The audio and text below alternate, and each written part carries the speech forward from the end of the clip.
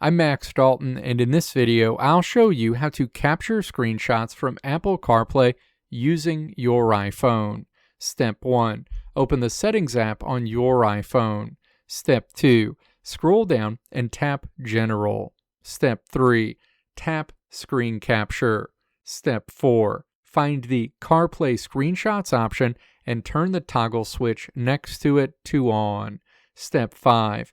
Connect your iPhone to your car's CarPlay system either through a wired USB cable or via wireless CarPlay. Step 6.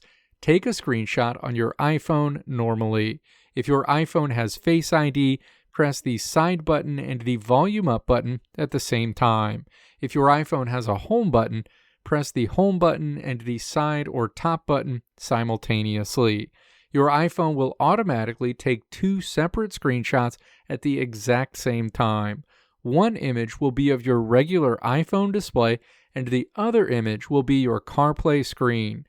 Both files will be saved in the Recents or Screenshots albums inside your Photos app, where you can view, edit, or share them just like any other picture. Let me know if this video helped you out in the comments below. If you liked what you saw here, click the video links on the right side of the screen to check out another video.